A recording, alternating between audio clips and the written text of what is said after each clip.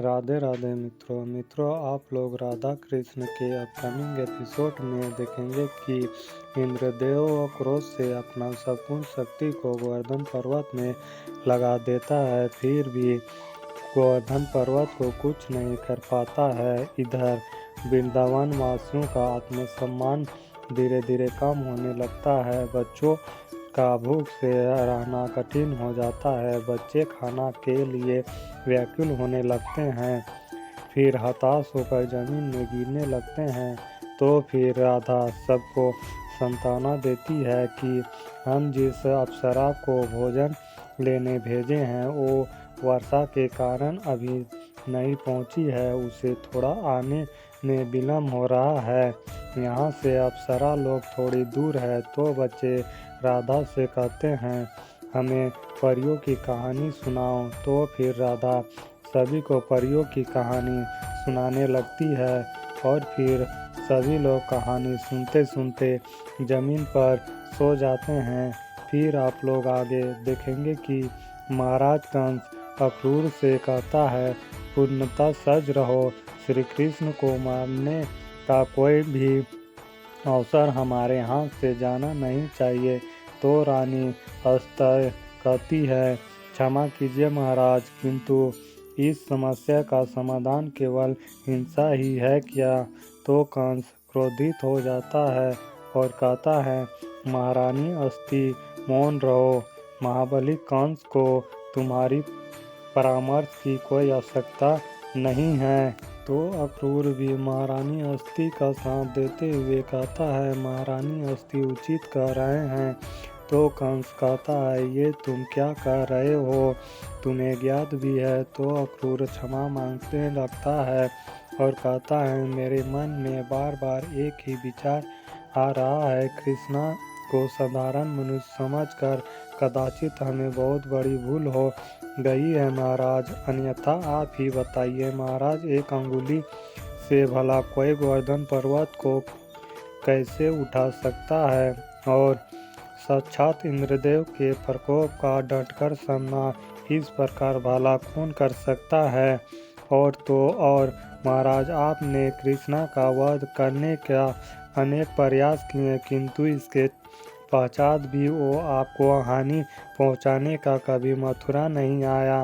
ये दयालुता ही तो है और क्या है महाराज। राजा कृष्ण ने हमें बार बार अवसर दिए और हमने उनका बार बार निरादर किया है, इसलिए हमें लगता है कि कृष्ण से हमें सुलह कर लेनी चाहिए। तो महाराज कंस क्रोध से आग बबूला हो जाता है और अक्रूर को गर्दन में पकड़ लेता है। तो महारानी कहता है उचित किए महाराज, कायरों और विद्रोहियों के लिए मथुरा नरेश के दरबार में कोई स्थान नहीं है।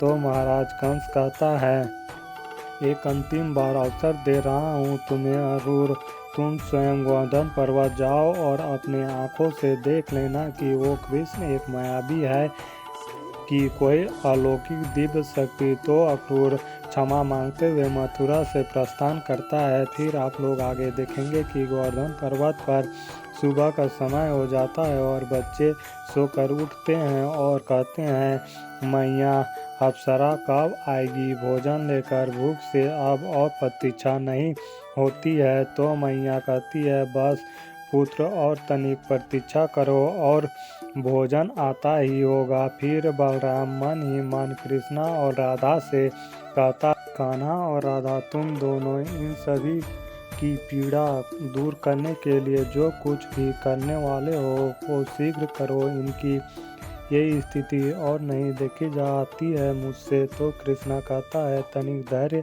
रखिए दाऊ, सब ठीक हो जाएगा। फिर राधा बच्चों के समझ जाती है और कहती है देखिए मैं जानती हूँ कि हम भूख से कितने व्याकुल हैं, किंतु मेरे पास भोजन तो नहीं है तुम्हारा भूख शांत करने के लिए, किंतु एक समाधान अवश्य है। तो बच्चा कहता है कैसा समाधान? तो राधा कहती है कृष्णा का नाम। तो वृंदावन वासी कहते हैं कृष्णा का नाम से भूख कैसे शांत होगी राधा। तो राधा कहती है, आप सब इस बात से तो परिचित हैं ना कि कृष्णा हमें सबसे अधिक प्रेम करता है। कृष्णा हमें कितना प्रेम करता है कि वे हमारे प्राणों की रक्षा के लिए हमें सबको यहाँ ले आया है। ये कृष्णा और हम सबका प्रेम ही तो है, उसकी एकता की शक्ति है जिससे हम इंद्रदेव का सामना कर पा रहे हैं। हम सबका तो दायित्व बनता है ना कि कृष्ण को प्रेम का समर्पण करें। तो कहिए देंगे मेरा साथ कृष्ण की शक्ति बनने में। फिर सभी कृष्णा के नाम का जाप करने लगते हैं। तो मित्रों, इस वीडियो में इतना ही। मित्रों, आगे और भी बहुत कुछ देखने को मिलता है। तो मित्रों, जल्द मिलता हूँ और एक नई वीडियो के साथ। तब तक के लिए राधे राधे।